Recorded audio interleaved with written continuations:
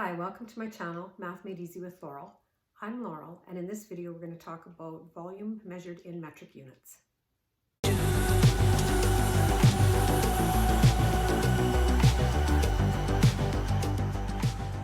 I'd like to start by talking about two very common volume formulas, and that is the volume formula for a rectangular solid as well as a cylinder. When you're finding the volume of a rectangular solid, you simply multiply length times width times height.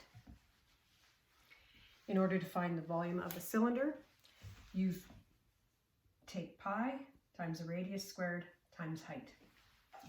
Both of these solids are called right solids, which means the sides form a right angle with the base. And in order to find the volume of any right solid, you simply take the area of the base and multiply by the height. So here, our base is a circle, and the area of a circle is pi r squared. So we simply multiply by height to get the volume. Here, the area of the base is length times width. It's a rectangle, and then when we multiply by height, we get the volume of that solid. Let's try calculating volumes when we're given dimensions. So with this rectangular solid, our volume will be length, which is 1.5 meters, times width, which is 2 meters, times height, which is 1 meter. We multiply and we get 3 cubic meters. Now when you're finding the volume, you don't have to put your unit in if that makes it look more confusing. But if you don't put it in, just be aware of what your volume unit should be once you get a result. Let's find the volume of this cylinder. We have height in meters, we have diameter in centimeters. Your dimensions must be in the same unit before you can plug into your formula. We could choose to change this to centimeters or centimeters to meters. It doesn't really matter. I'm going to work with meters, so I'm going to change this to meters. Remember, on your length scale, in order to go from centimeters to meters, it's 2 places over to the left. So I do the same thing with my decimal point. Or in other words, I divide by 100. I don't have diameter in my formula, I have radius. So I divide my diameter by 2. Diameter is the distance from here to here. Radius will be half of that. So radius will be 0.25 meters. Now I can plug these values into my formula.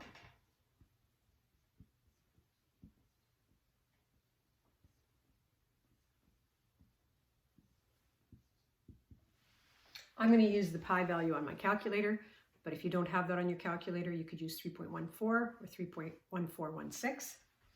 And you'll notice that the meters is squared and times meters, which gives us cubic meters. And I get a volume of 0.3927 cubic meters. If we had found the volume in cubic centimeters, our decimal point would have been in a different place.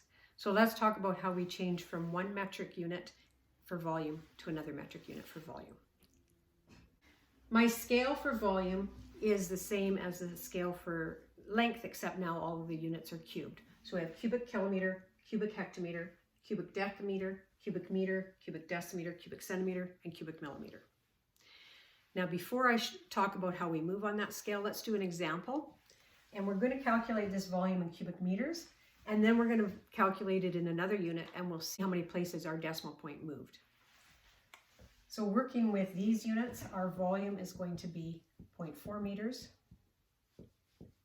times 0.3 meters times 0.2 meters.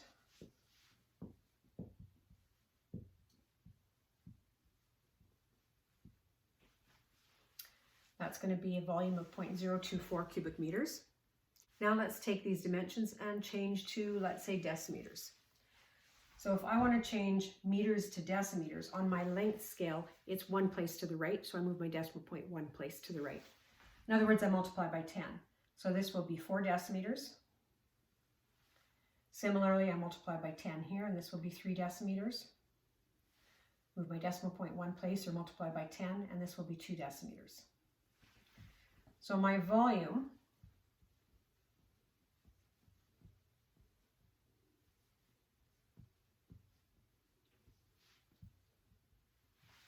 (4 times 3 times 2 is 24.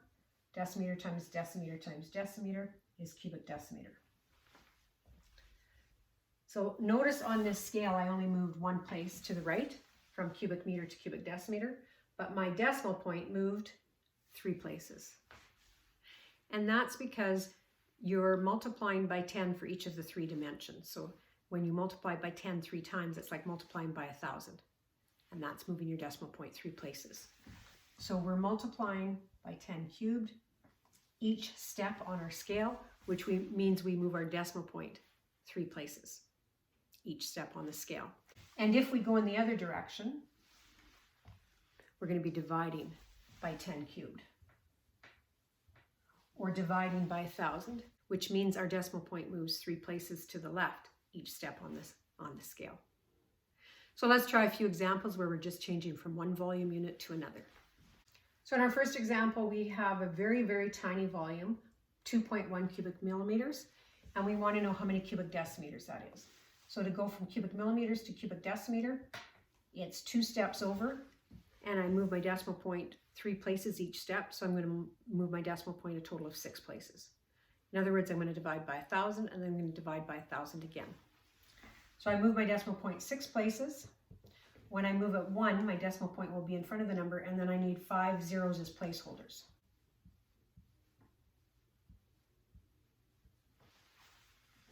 So a very small volume written in cubic decimeters. Let's take a look at the next one. 0.4 cubic decameters, and I want to know how many cubic centimeters that is.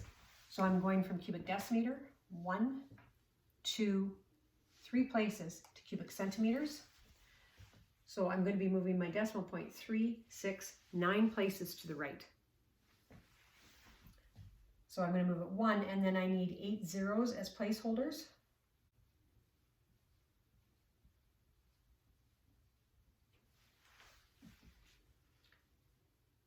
So 0.4 cubic decameters will be equivalent to 400 million cubic centimeters. So your numbers get very large quickly and very small quickly because we're moving our decimal point 3 places each step on the scale. Make sure you have a good grasp on volume, how to find volume of those 2 solids, and also how you change from one metric volume unit to another one. In the next video, we're going to talk about the relationship between volume and capacity, and if you're dealing with water, mass. Because in the metric system, that relationship is very, very handy.